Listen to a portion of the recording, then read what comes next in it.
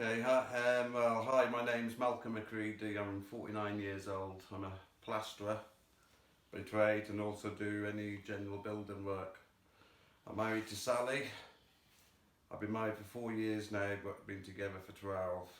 I have two children, Nathan, who would have been 28 now, and Kelsey, my daughter, who is 24. I have two stepchildren, Gemma, 27, and Tom, 25.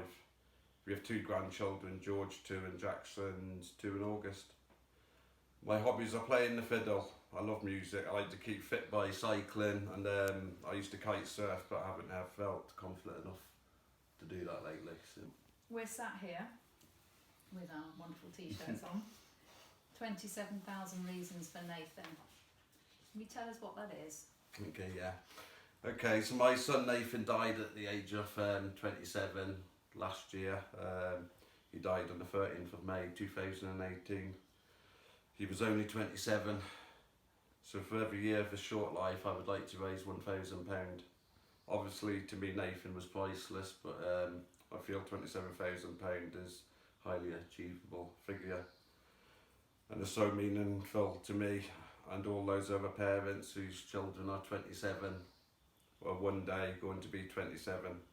It's such a young age to die. This money I'm going to raise is going to EDP Drug and Alcohol Services charity, because I feel I could help just one person and one person's family to not go through what Nathan, me and my family are going through.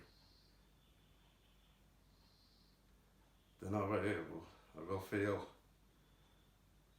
I've achieved what I've set out to do, so please just give what you can. Who are you doing this with, and when's it going to happen? Okay, so to start with, I've been growing my beard for nearly 9 months now. I'm doing it for a year, and I've already raised just over £2,000.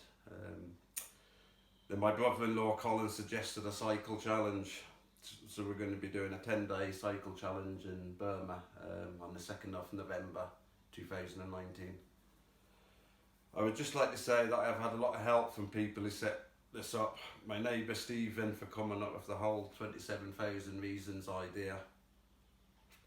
Colin for suggesting the cycle and supporting me in the challenge, which will be totally out of my comfort zone. Also Dickie for riding out with me on most Fridays, just to keep me going really. Kerry, yourself, from EDP, for her help and support. Always Cleansing Limited for supplying the tops, and Lorraine for design of them. And all my family for their much needed moral support to do this challenge, and so I'd just like to thank you all again. Thank you very much. How can people follow this challenge? Okay, so people can follow this and get involved in this challenge. People can stay up to date on this challenge and donate by going to justgiving.com/fundraising/Malcolm McCready, and also on my Facebook page, where I will upload photos and maps of my training, and also each day on my ride in Burma I will upload stuff. If you would like to get involved, then please share my page and posts and tell as many people as you can, please. You can give money by visiting justgiving.com/fundraising/Malcolm McCready. I would be so grateful for whatever you can afford to give to my fundraising challenge. And I think I'd like to chip in there and say, having worked with Malcolm, he's been incredibly brave. We're only a year or so down the line after Nathan passed away, and so to do this is a massive step for Malcolm. And please, if you've got networks of people, please share this. £27,000 is achievable for us, but it's only achievable if you can get involved and you can share it and get behind Malcolm's bravery, and follow him, because he's been working really hard and he's been cycling pretty much every day in this challenge. So come on, get behind him, come on. Cheers, Gary. So what are the things that you're most looking forward to with this challenge, and the things that you're least looking forward to? The most, obviously, we'll be seeing money going into my fundraising. With every donation, I'm hoping to send a thank you and a memory about Nathan from family members, so each person will have their own personal memory of Nathan from a family member. The worst is knowing the reason for having to do this in the first place, because my son is dead.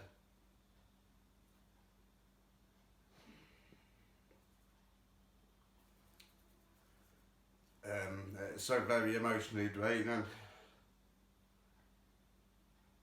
and the Burma, it will be physically draining with over 30 degrees heat and doing 50 to 80 miles every day cycling. But I'm doing this in memory of my son and to help others in need in their fight against their addictions. And again, I think I would want to come in and say that's always been your purpose in this, was to make sure that no other family or other families didn't have to go through what you're having to go through. Yeah, this is the word I want to get out there now, and and that, you know, there are so many people struggling with alcohol and drug problems, and there is help out there. That help has been stretched enormously with austerity measures, but there is help out there, and the people who offer that help are really passionate and they really want to help people. So the more that we can get the word out there, and the more that we can show that this could happen to anybody, this could happen to any person, any family. If you think that this is not a problem that you come into everyday contact with, you're wrong. There'll be work colleagues, there'll be family members struggling with this, and we can help it. We can help people by not sweeping it under the carpet and talking about it and talking openly and being emotional and crying. You know, this is life, but we want to turn as many lives back around as we can, and we see it. I see it every day in EDP, drug and alcohol services, that people who have been through that horrible part of their journey and do come out the other side. We can make a difference. We've got to get in there at the right time. Yeah. And I know that you know, Nathan struggled with the right time. For Nathan, you struggled with that. Yeah. And we'll hear more about that, I think, in some of the interviews that we do and perhaps today as well. So thank you. Thanks. The 27,000 reasons, we talked mainly about the money, but it was also a little bit about some of the reflections that you had about Nathan's. Can you tell us a bit more about that? So the main reasons are a memory of my son Nathan, and because 27 is far too young to die. Why my son? Why anyone's child? To help others in need of help from addiction to drugs and alcohol, to get the message out there that addiction does kill. To help EDP in the only way I can, so they can find answers for some people, to encourage and support people, stop a destructive cycle of life that is addiction, to help someone even though I couldn't help my own son in the end. And you very kindly and very bravely chose our charity, which is EDP, Drug and Alcohol Services, and I know that must have been difficult for you. Why did you choose us? Yeah, so I chose EDP because EDP tried to reach out and help my son Nathan whilst he was in prison. He always said to people, "They're very nice," and we found out more about EDP since Nathan's death, and we are keen to be involved in the only way, and that is to raise money for a good cause. If people are watching this and they don't know about EDP, just a very brief summary really. EDP, Drug and Alcohol Services, work in both Devon and Dorset. We work in the community, but we also work within the prison service, both in Devon and Dorset.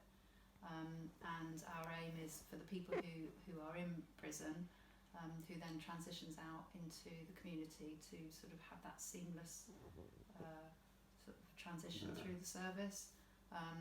We use a lot of what we call psychosocial talking therapies to help people, a lot of cognitive behaviour therapy. There are more clinical interventions around needle exchanges and those sorts of things. So it's a really wide variety of help that we can offer. And we have a free phone number that anybody can phone.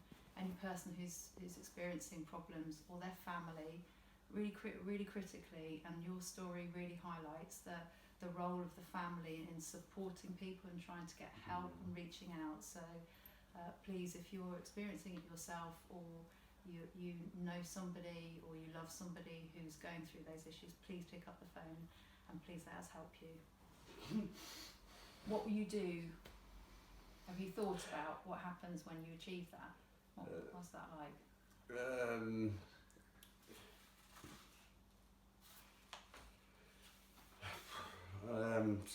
Yeah, 27, 27 is just a number to most people. For me, it's how old my son was when he died. So to reach my target of £27,000 would be absolutely amazing. And I can focus on the rest of my family and grandchildren and keep Nathan's memory alive. If I don't reach my target this time, I will do another challenge. I don't know what yet, but I will not stop until I reach my £27,000 target. It has been hard focusing and bringing this all together. I feel emotionally drained, so I really hope I can achieve it with this challenge alone, really. You've mentioned your family, and I know how big they are in your world and how much support they've offered you. What does this mean to them, this challenge? I'm hoping that this challenge is going to raise awareness of the drug and alcohol problems in every city, town, village in this country, and its effect on every walk of life. If the money I can raise can save one person from dying and help turn their lives around, I can feel I have achieved my aim.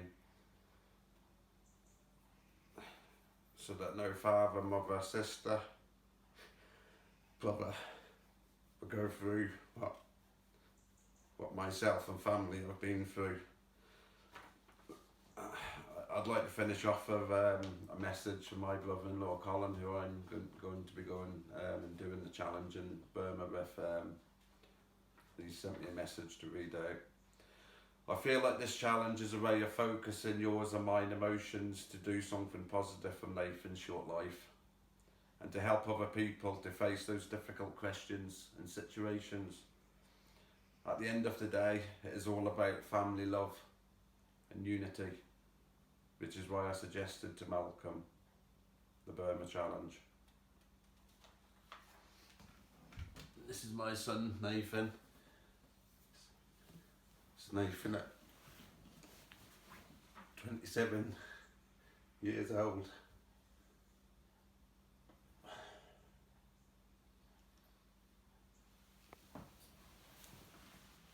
Thank you, everybody, and please give. I will put the address on the bottom of this video. Please go onto it. Please click onto it and give whatever you can. Please give what you can, and thank you everyone who's going to be helping me out with this, and to everyone who has helped me. Yeah, thank you. Inspiration.